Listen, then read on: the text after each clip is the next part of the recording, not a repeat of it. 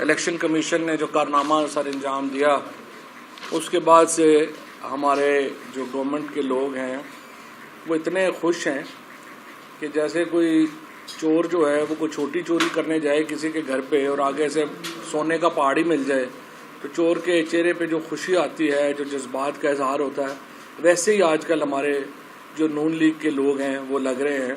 تو ان کو شاید خود بھی توقع نہیں تھی کہ یہ فیصلے جو ہے وہ اتنا، جس میں کچھ ہے ہی نہیں اس میں بھی اتنا ہو جائے گا.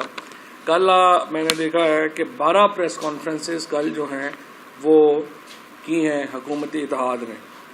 خاقان عباسی صاحب نے، خرم دستگیر، کامران مرتضیٰ نے، فیصل کریم کنڈی، شازیہ مری، رانا ثناء اللہ، اعظم نذیر تارڑ، خورشید شاہ، قمر زمان قاہرہ، خواجہ آصف، ڈاکٹر مصدق ملک، شرجیل میمن، حنیف عباسی، طلال چودھری، سلیم مانڈی والا، پلوشا، میاں جاوید لطیف صاحب، ان لوگوں نے کی. اور آج صبح بھی پھر میں دیکھ رہا ہوں کہ انہوں نے پھر جو ہے وہ پریس کانفرنس جو ہے وہ کی.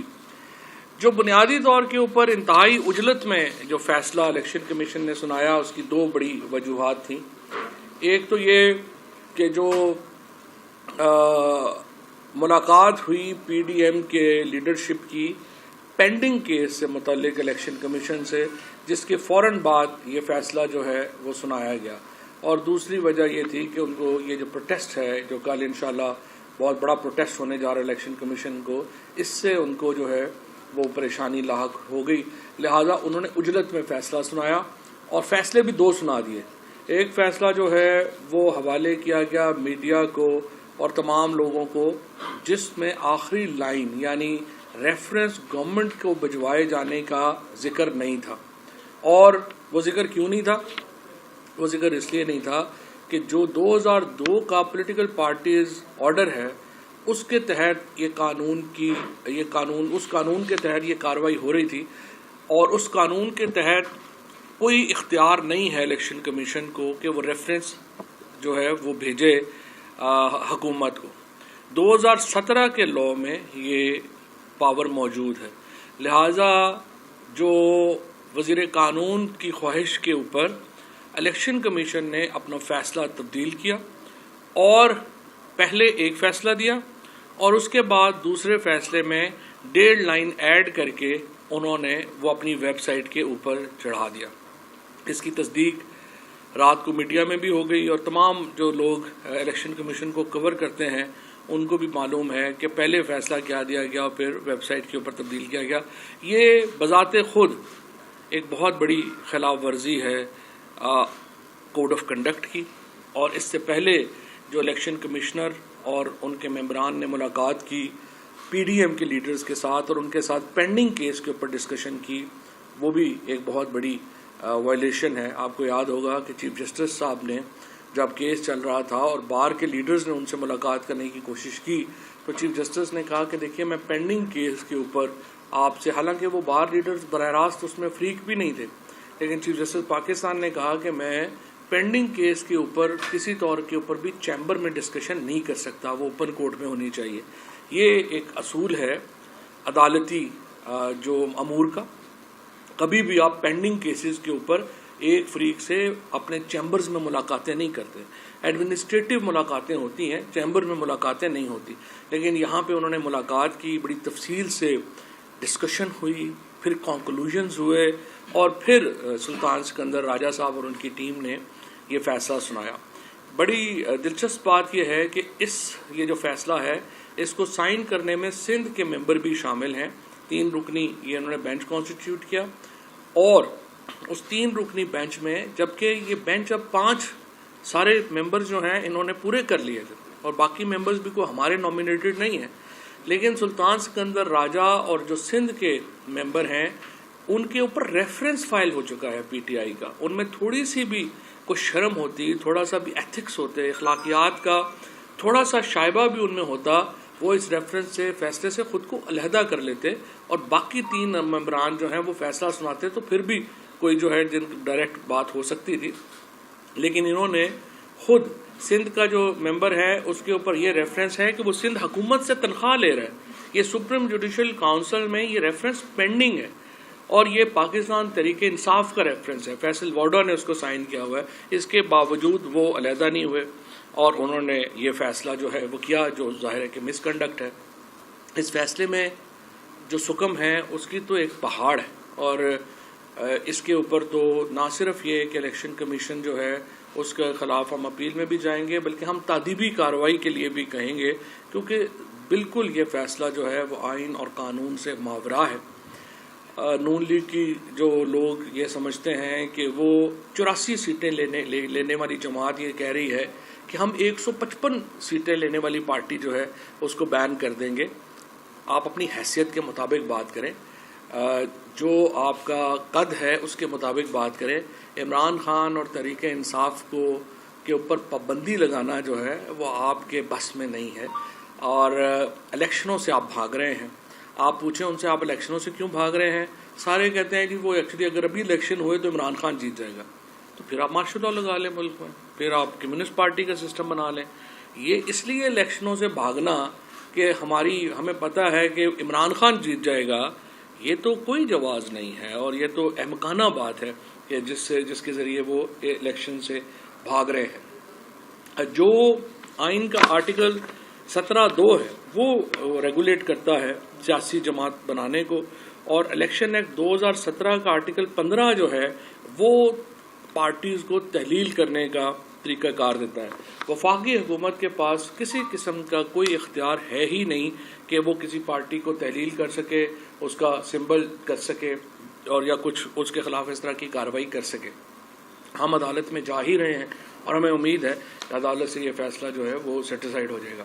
اب تھوڑا سا میں آپ کو اس فیصلے میں بتانا چاہتا ہوں، مجھے افسوس یہ ہے کہ جو الیکشن کمیشن نے پی ڈی ایم کے ایک ٹول کے طور کے اوپر as a long arm of پی ڈی ایم انہوں نے ایکٹ کیا ہے، اور اس کے نتیجے میں اوورسیز پاکستانیز کے اوپر جس قسم کا یہ انہوں نے ایک میں سمجھتا ہوں کہ ایک کیمپین شروع کر دی ہے، وہ بہت ہی نامناسب ہے۔ مثال کے طور کے اوپر میں آپ کو صرف کچھ مثالیں دینا چاہتا ہوں، اس میں دو باتیں امپورٹنٹ ہیں۔ ایک تو انہوں نے کہا کہ جی آپ کو فورن نیشنلز نے جو ہے وہ فنڈنگ کی، اب فورن نیشنلز کی انہوں نے ایک لسٹ جو ہے وہ یہاں پہ ساتھ لگائی ہے، لیکن آپ نے کیا طریقہ اختیار کیا یہ جاننے کے لیے کہ یہ جن کو آپ فورن نیشنل ڈکلیئر کر رہے ہیں یہ واقعی ہی فورن نیشنل ہیں؟ کیا آپ نے پی ٹی آئی کو یہ نوٹس دیا کہ وہ آئے اور آپ کو بتا سکے کہ یہ لوگ جنہوں نے فنڈ کیا تھا یہ پاکستانی تھے یا پاکستانی نہیں تھے؟ آپ نے ایسا کوئی پروسیس اختیار نہیں کیا، جس کے نتیجے میں آپ نے بہت سارے اوورسیز پاکستانیز کو جو ہے وہ ڈکلیئر کر دیا کہ وہ پاکستانی نہیں ہے۔ مثال کے طور کے اوپر اگر آپ دیکھیں تو سیریز نمبر 19 کے اوپر جو ایک نام ہے وہ ہے بینش فریدی کا۔ بینش فریدی جو ہیں وہ یو کے کی سٹیزن ہیں، پاکستانی ہیں۔ انہوں نے ایک پورا جو ہے وہ کل اپنی ایک ویڈیو ریکارڈ کرائی، اس ویڈیو میں انہوں نے کہا، کیا کہا میں آپ کو دکھاتا ہوں۔ السلام علیکم۔ آج پروہیبٹڈ فنڈنگ کیس کا فیصلہ آیا ہے، تو میں نے سوشل میڈیا پہ ایک لسٹ دیکھی جس میں فورن نیشنل ڈونرز کی لسٹ میں میرا نام بھی انہوں نے شامل کیا ہوا ہے، جس میں مجھے بڑی حیرت ہوئی، اور میرے نام کے آگے انہوں نے لکھا ہوا ہے ناٹ پاکستانی۔ میں الیکشن کمیشن اور سارے پاکستان کو یہ بتانا چاہتی ہوں کہ الحمدللہ میں پاکستانی ہوں، پاکستان میں پیدا ہوئی ہوں، 20-22 سال سے یو کے میں مقیم ہوں، پی ٹی آئی کی سپورٹر 1996 سے ہوں۔ یہ پیسے میں نے جسٹ بفور 2013 کے الیکشن سے ایک ہفتہ پہلے پی ٹی آئی کے آن لائن آفیشیل اکاؤنٹ میں یہ پیسے میں نے اپنی حق حلال کی کمائی اور ٹیکس دیے ہوئی کمائی سے یہ پیسے میں نے پی ٹی آئی کو دیے تھے، P T I Imran Khan کو بھیجے تھے۔ یہ کوئی فورن فنڈنگ نہیں تھی، پروہیبٹڈ فنڈنگ نہیں تھی، کوئی غلط اکاؤنٹس کے ذریعے سے نہیں گئی تھی، ڈائریکٹ میں ان کے اکاؤنٹ میں ڈالی تھی۔ میری ای سی پی سے گزارش ہے کہ غیر ملک ہمیں محب وطن پاکستانیوں کو غیر ملکی ثابت کرنے کی کوشش اور ان کا سلسلہ بند کیا جائے۔ ہم الحمدللہ پاکستانی ہیں، محب وطن پاکستانی ہیں، پاکستان کا درد رکھتے ہیں، پاکستان سے محبت کرتے ہیں، ورنہ اگر ہمیں اسی طرح یہ سلسلہ جاری رکھا تو ہم ای سی پی کے خلاف قانونی چارہ جوئی کا حق بھی رکھتے ہیں۔ بہت شکریہ۔ باقی میں آپ کو آگے کچھ اور بھی بتا دیتا ہوں۔ سیریز نمبر 12 کے اوپر جو ڈاکٹر مظہر رشی جو ہیں ان کو نان پاکستانی ڈکلیئر کیا گیا. ڈاکٹر مظہر رشی جو ہیں وہ کراچی میں پیدا ہوئے, ڈاؤ یونیورسٹی کے گریجویٹ ہیں, بعد میں وہ ڈینور چلے گئے, وہاں پہ انہوں نے پریکٹس کی. ان کی بیگم جو ہیں ان کا نام سمیہ رشی ہے. دونوں جو ہیں وہ پاکستانی سٹیزنز تھے. دونوں جو ہیں ان کا انتقال ہو گیا, اور دونوں لیکن ساری عمر جو ہیں وہ پاکستان کے لیے ان کا دل دھڑکتا رہا. انہوں نے ڈینور میں ہر جگہ کے اوپر نان پاکستانی تھے دونوں, اور دونوں کی بہت کنٹریبیوشنز ہیں پاکستان کے لیے. ان دونوں کو سیریز نمبر 11 اور 12 کے اوپر نان پاکستانی ڈکلیئر کیا ہے الیکشن کمیشن آف پاکستان نے. اسی طریقے سے خادم نبی نے جو ہیں ان کو نیکسٹ پوائنٹ, ان کو پروبسٹ انٹرنیشنل, یہ ایک کمپنی جو ہے اس کو غیر ملکی کمپنی ڈکلیئر جو ہے وہ کیا گیا ہے. اس کو جو آصف خان, پہلے آصف خان کا کر دیتا ہوں. ان کو لسٹ نمبر 11 کے اوپر ہیں یہ کمپنیز کے اوپر پروبسٹ انٹرنیشنل. یہ سنگل مین کمپنی ہے. پہلے تو میں آپ کو بتا دوں کہ جو تمام کمپنیز جن کا اوپر کہا گیا ہے کہ یہ فورن کمپنیز ہیں, یہ سنگل اونر کمپنیز ہیں. ان میں کوئی شیئر ہولڈرز نہیں ہیں, کچھ نہیں ہے, یہ سنگل اونر کمپنیز ہیں. اور یہاں پہ یہ پروبسٹ انٹرنیشنل ہے, آصف خان اس کے مالک ہیں. انہوں نے اپنی جو ہے وہ ٹویٹ بھی کیا ہے, انہوں نے اپنا کیس بھی جو ہے وہ یہاں پہ بھیجا ہے. What a ridiculous judgment and investigation by Election Commission of Pakistan. I donated $100 from my company's PayPal account back in 2013 and I see my old company's name Probist International in the list. Asif Khan یہ پاکستانی ہیں اور انہوں نے $100 جو ہے اس company نے funding کی ہے. سنگل مین کمپنی ہے, پے پیل اکاؤنٹ کے ذریعے ان کو بھی ایک فورن کمپنی ڈکلیئر جو ہے وہ کر دیا گیا. اسی طریقے سے خادم نبی ہیں, ان کا جو نام ہے وہ لسٹ میں ہے 13 نمبر کے اوپر. یہ کہتے ہیں الیکشن کمیشن نے میری طرف سے پے پال کے ذریعے ادا کی گئی رقم کو ممنوع قرار دیا ہے. 2013 میں میری کمپنی کا نام نیکسٹ پوائنٹ کمپیوٹر تھا, اور یہ انہوں نے ساتھ اسکرین شاٹ بھی کیا. یہ بھی پاکستانی ہے اور انہوں نے بھی $100 جو ہے وہ عطیہ جو ہے وہ کیا ہے.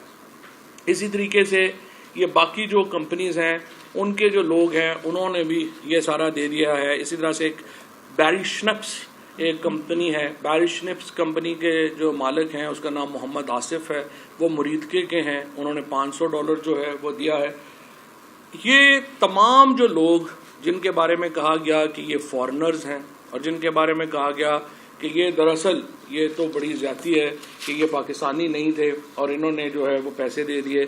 اسی طریقے سے جو ایک اور نام جو ہے جو ریٹا سیٹھی جو ہیں وہ انڈین نہیں ہیں, وہ امریکن ہیں, اور ان کے جو ہسبینڈ ہیں ان کا نام ناصر حسین ہے. انہوں نے اپنے جو جوائنٹ اکاؤنٹ تھا میاں بیوی کا اس میں سے پیسے ادا کیے. ان کو بھی جو ہے وہ کہا گیا ہے کہ یہ پروہیبٹڈ فنڈنگ جو ہے وہ اس میں شامل ہے. پہلی بات تو یہ ہے کہ میں یہ سمجھتا ہوں کہ الیکشن کمیشن کا جو تمام جس کے اوپر ریلائنس ہے وہ ایک انتہائی کمزور انویسٹیگیشن انہوں نے کی نہیں ہے. سنی سنائی باتوں کے اوپر انہوں نے کام کیا. اس کے لیے کوئی بڑی بات نہیں تھی, انہیں صرف ہمیں نوٹس دینا تھا.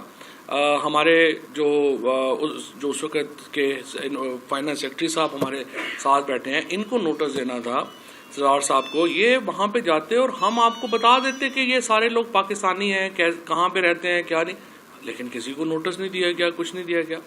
اب آئیے جو یہ کہہ رہے ہیں کہ 16 اکاؤنٹس جو ہیں وہ جو چھپائے گئے.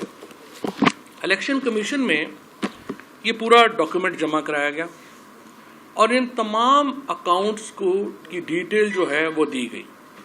ہوتا کیسے ہے, عمران اسماعیل, اسد کیسر, اس طرح کے جو سارے لیڈرز ہیں ان کے نام کے اوپر یہ اکاؤنٹس جو ہیں وہ کھلے, اور ان لیڈرز کو جو پیسے ہیں وہ مین اکاؤنٹ سے ٹرانسفر ہوئے. کیوں ٹرانسفر ہوئے؟ 2012 میں یہ پیسے آئے تھے, 2013 میں جنرل الیکشنز آ گئے تھے. جب جنرل الیکشن ہوئے تو انہوں نے جو مختلف علاقوں کے اندر جو پارٹی نے خرچہ کرنا تھا اس کے لیے سبسڈری اکاؤنٹس کریٹ کیے. جو اکاؤنٹنگ کا فارمولا ہے، جو اکاؤنٹنٹس جس طرح سے جو کرتے ہیں، وہ ڈبل کاؤنٹنگ نہیں کرتے. مثال کے طور کے اوپر اگر 5 لاکھ روپیہ میرے مین اکاؤنٹ میں ہے اور وہ 5 لاکھ روپیہ اے اکاؤنٹ سے بی اکاؤنٹ میں چلا گیا ہے، تو اکاؤنٹنٹ بی اکاؤنٹ کی کاؤنٹنگ نہیں کریں گے، کیونکہ وہ ڈبل ہو جائے گا، 10 لاکھ ہو جائیں گے، جبکہ اصل پیسہ 5 لاکھ ہے. پیسہ مین اکاؤنٹ میں آیا پی ٹی آئی کے، وہ پیسہ ڈکلیئر ہو گیا کہ یہ پیسہ جو ہے وہ مین اکاؤنٹس میں آیا ہے. اب اس اکاؤنٹ سے جو سبسڈری اکاؤنٹس بنے ہیں ان میں جو پیسہ چلا گیا ہے، وہ اکاؤنٹنٹ اس لیے اس کو شمار نہیں کرے گا کہ اگر 1 ارب روپیہ آیا ہے اور وہی 1 ارب روپیہ دوسرے اکاؤنٹ میں جائے گا، وہ تو 2 ارب بن جائے گا. تو اکاؤنٹنگ کی جو ایک سمجھیے کہ جو طریقہ کار ہے وہ یہ ہے کہ آپ مین اکاؤنٹ کنسیڈر کرتے ہیں، سبسڈری اکاؤنٹس جو ہیں وہ آٹومیٹکلی چونکہ اکاؤنٹ کے ساتھ ہی ڈکلیئر ہو جاتے ہیں، ان کو آپ نہیں کرتے. لہٰذا یہ جو 16 اکاؤنٹس تھے، 16 کے 16 اکاؤنٹس جو ہیں وہ ڈکلیئرڈ ہیں، ان میں کسی قسم کا جو ہے وہ معاملہ نہیں ہے، اور ہر طرح کا جو پیسہ ہے وہ ایسے نہیں ہے. جو پیسے جاتے ہیں جنہوں نے منی لانڈرنگ کرنی ہوتی ہے، وہ پیسے اکاؤنٹوں میں نہیں لے کے جاتے، وہ ایسے لے کے جاتے ہیں جیسے نواز شریف صاحب نے اسامہ بن لادن سے پیسے لیے تھے. وہ ایسے پیسے لیتے ہیں جیسے امریکہ سے زرداری صاحب جو ہیں انہوں نے پیسے لیے تھے، وہ بیگوں میں جاتے ہیں. پھر وہ آپ کو ایان علی چاہیے ہوتی ہے لانڈرنگ کرنے کے لیے. آپ کو یہ نہیں ہے کہ آپ دیکھیں کہ جس لانڈرنگ کے نتیجے میں، جس کو یہ لانڈرنگ کہہ رہے ہیں، شوکت خانم بن جائے، نمل بن جائے، وہ لانڈرنگ تو بڑی پاکستان کے لیے بری ہے، اور جس لانڈرنگ کے نتیجے میں ایون فیلڈ بن جائے وہ صحیح ہے. یہ تو ان لوگوں کا حال ہے. لہٰذا جو اکاؤنٹس تھے وہ سارے کے سارے ڈکلیئرڈ تھے، ان کے اندر جو پیسہ ریکنسیلیشن ہوئی وہ پورے کی پوری الیکشن کمیشن کے پاس تھی، اور الیکشن کمیشن نے یہ ریٹن ریکنسیلیشن اور آرگومنٹس دونوں اپنے فیصلے میں جو ریٹن دیے گئے تھے وہ بالکل مائنس ہی کر دیے، انہوں نے شامل کرنے کی ضرورت ہی محسوس نہیں کی. اس سے آپ اندازہ لگا سکتے ہیں کہ الیکشن کمیشن کی اخلاقی حالت اس وقت جو ہے وہ کیا ہے، اور انہوں نے ایک ایسا فیصلہ دیا جس کے اوپر سب کے سر جو ہے وہ شرم سے جھک گئے. اب آئیے عارف نقوی کی طرف. پہلی بات تو یہ کہ میرا یہ خیال ہے کہ جو پی ٹی آئی کا اصل فیلئر ہے وہ یہ ہے کہ 2011-12 میں یہ ٹائم مشین انوینٹ نہیں کر سکے. اگر 2011-12 میں یہ ٹائم مشین انوینٹ ہو رہی ہوتی اور ہمیں بیٹھ کے اس میں 2017-18 کا پتہ چل جاتا کہ عارف نقوی نے ایک کیس میں جو ہے وہ انوالو ہو جانا ہے، تو شاید ہم 2011-12 میں ان کے پیسے نہ لیتے. لیکن ایشو یہ ہے کہ 2011-12 میں ایسا کوئی ایشو نہیں تھا. الیکشن کمیشن آف پاکستان تو امریکی عدالتوں سے بھی زیادہ تیز اور ویژنری اور تیز ترار ثابت ہوا ہے. جو ابھی تک عارف نقوی کے اوپر امریکہ میں، لندن میں کہیں پہ کوئی چارج فریم نہیں ہوا. ہمارے الیکشن کمیشن نے اس کو ڈکلیئر کر دیا ہے کہ وہ اس کا جو ہے وہ فراڈ ہے. کوئی ایویڈنس نہیں آئی، کوئی عارف نقوی کی اسٹیٹمنٹ نہیں ہوئی، کوئی اس کا پتہ نہیں. ایک پاکستانی جو ہے جو ایک فائنینشیل ورلڈ میں اس نے اپنا نام کمایا ہے، ہمارے الیکشن کمیشن کو یہ تکلیف پتہ نہیں کیوں ہے کہ وہ امریکہ کا چونکہ الزام لگایا ہے، انہوں نے خود بھی چارج شیٹ نہیں کیا، لیکن الیکشن کمیشن کو پڑ گئی ہے کہ کسی طریقے سے ہم جو ہے وہ اس کو ایکیوز جو ہے وہ ثابت کر دیں. بہرحال اسی سٹوری میں یہ بھی ہے کہ عارف نقوی نے $20 ملین جو ہیں وہ شریف فیملی کو آفر کیے تھے.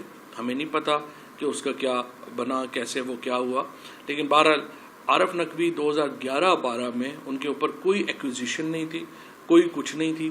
انہوں نے جو پیسے وہاں سے بھیجے وہ لیگل پیسے تھے، اور وہ پیسے جو ہیں وہ لیگل طریقے سے پاکستان میں آئے اور لیگل طریقے سے وہ ڈکلیئر کیے گئے.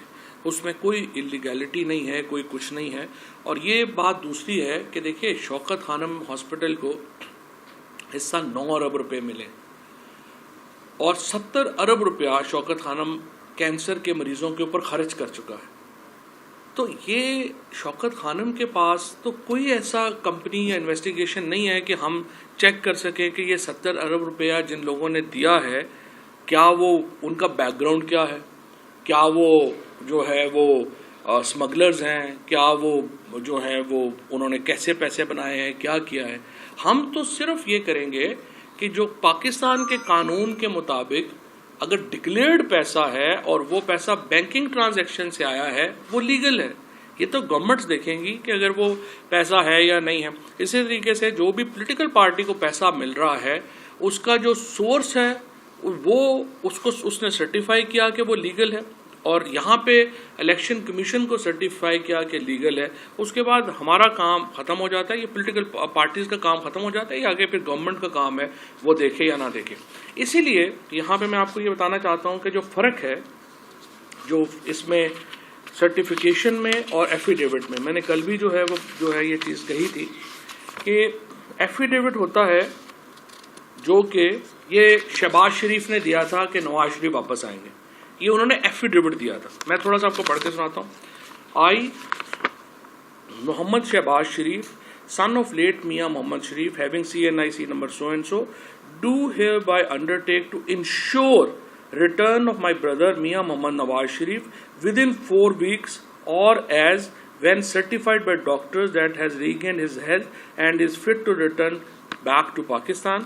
I further undertake to send the periodical medical reports of doctors duly notarized by embassy to the registrar of the court. I also undertake that if any stage the federal government has credible information that Nawaz Sharif is living abroad despite fitness to travel, our representative from Pakistan High Commission would have right to meet with his physician to verify or confirm about his health. Mian Muhammad Shahbaz Sharif, opposition leader, national government of Pakistan. یہ ہوتا ہے affidavit جو شہباز شریف نے دیا. جو certificate ہے وہ یہ ہے جو عمران خان کا سائنڈ سرٹیفکیٹ ہے وہ بھی میں آپ کو پڑھ دیتا ہوں. This is to certify that Pakistan Tehreek-e-Insaf A has received no funds from any source prohibited under the law. B. The attached statement contains an accurate financial position. C. The information given in the statement is correct to the best of my knowledge and belief. And the above statement is audited by chartered accountant and detailed report here therefore is next. یہ ہے certificate کی language اور یہ ہے affidavit کی language, جس کے ذریعے آپ دیکھ سکتے ہیں کہ کیسے فرق پڑتا ہے. اب یہ کل سے جب ہم نے کیمپین کی ECP کا, تو میں صرف آپ کو بتانا چاہتا ہوں کہ یہ جو ہمارے اوورسیز پاکستانیز ہیں انہوں نے نامنظور.com کے اوپر ہماری جو فنڈنگ ہے اس کو تقریباً اس وقت ڈبل کر دیا. جتنے پیسے ہمیں پہلے مل رہے تھے اس کے بعد اوورسیز پاکستانیز نے ان پیسوں کو ڈبل کر دیا ہے جو PTI کو مل رہے تھے. یہ اعتماد ہے عمران خان کے اوپر اور یہ اعتماد ہے پاکستان تحریک انصاف کے اوپر, اور یہاں پر ایک پوری کیمپین چلائی جا رہی ہے اوورسیز پاکستانیز کے خلاف, جس کی ظاہر ہے کہ ہم شدید مذمت کرتے ہیں. یہ تو تھا PTI کا حصہ. اب حصہ یہ ہے, دیکھیے چلیں ہم تو آپ کے فیصلے کو, ECP کے فیصلے کو چیلنج کریں گے, اور یہ آگے جو فیکٹس میں نے آپ کے سامنے رکھے ہیں یہی عدالت کے بھی سامنے رکھیں گے, اور مجھے پوری امید ہے کہ یہ فیصلہ تو ریورس ہو جائے گا. اب باری آتی ہے نواز شریف اور پیپلز پارٹی کے اکاؤنٹس کی. کل JUI کے جو صاحب ہیں فضل الرحمان صاحب, انہوں نے تو فرمایا کہ ہم تو دے ہی نہیں سکتے یہاں پہ حساب کتاب, ہماری پارٹی تو غیبی امداد پہ چلتی ہے. دیکھیے غیبی امداد کے اوپر آپ نہیں چل سکتے. آپ لیبیا کی امداد پہ چل رہے تھے, اس کے بعد آپ اور ملکوں کی امداد کے اوپر چل رہے تھے. یہ جو فورن فنڈنگ ہے جس کی ڈیفینیشن یہ ہے کہ آپ غیر ملکی حکومت سے پیسے لے رہے ہوں, اس کے اوپر ٹو بی فیئر ود اگر کوئی پارٹی پاکستان میں بین ہوتی ہے تو وہ جمعیت علماء اسلام ہے, کیونکہ یہ بیرون ملک حکومت سے پیسے لے کے پارٹی چلا رہے تھے. پیپلز پارٹی اور PMLN کے آڈیٹڈ اکاؤنٹس جو ہیں وہ الیکشن کمیشن کی اسی سکروٹنی کمیٹی میں وہ بھی 2018 سے پینڈنگ ہے. اب وقت ہے کہ اس کا فیصلہ کیا جائے, اور پھر جو ایکوزیشنز ہیں, دو بہت امپورٹنٹ ایکوزیشنز ہیں. ایک بے نظیر بھٹو شہید نے لگائی, اس کو پھر بلاول بھٹو نے ری ایٹریٹ کیا. تو پہلے ہم ذرا سنتے ہیں جو بے نظیر بھٹو شہید نے کیا کہا تھا نواز شریف کی فنڈنگ کے اوپر.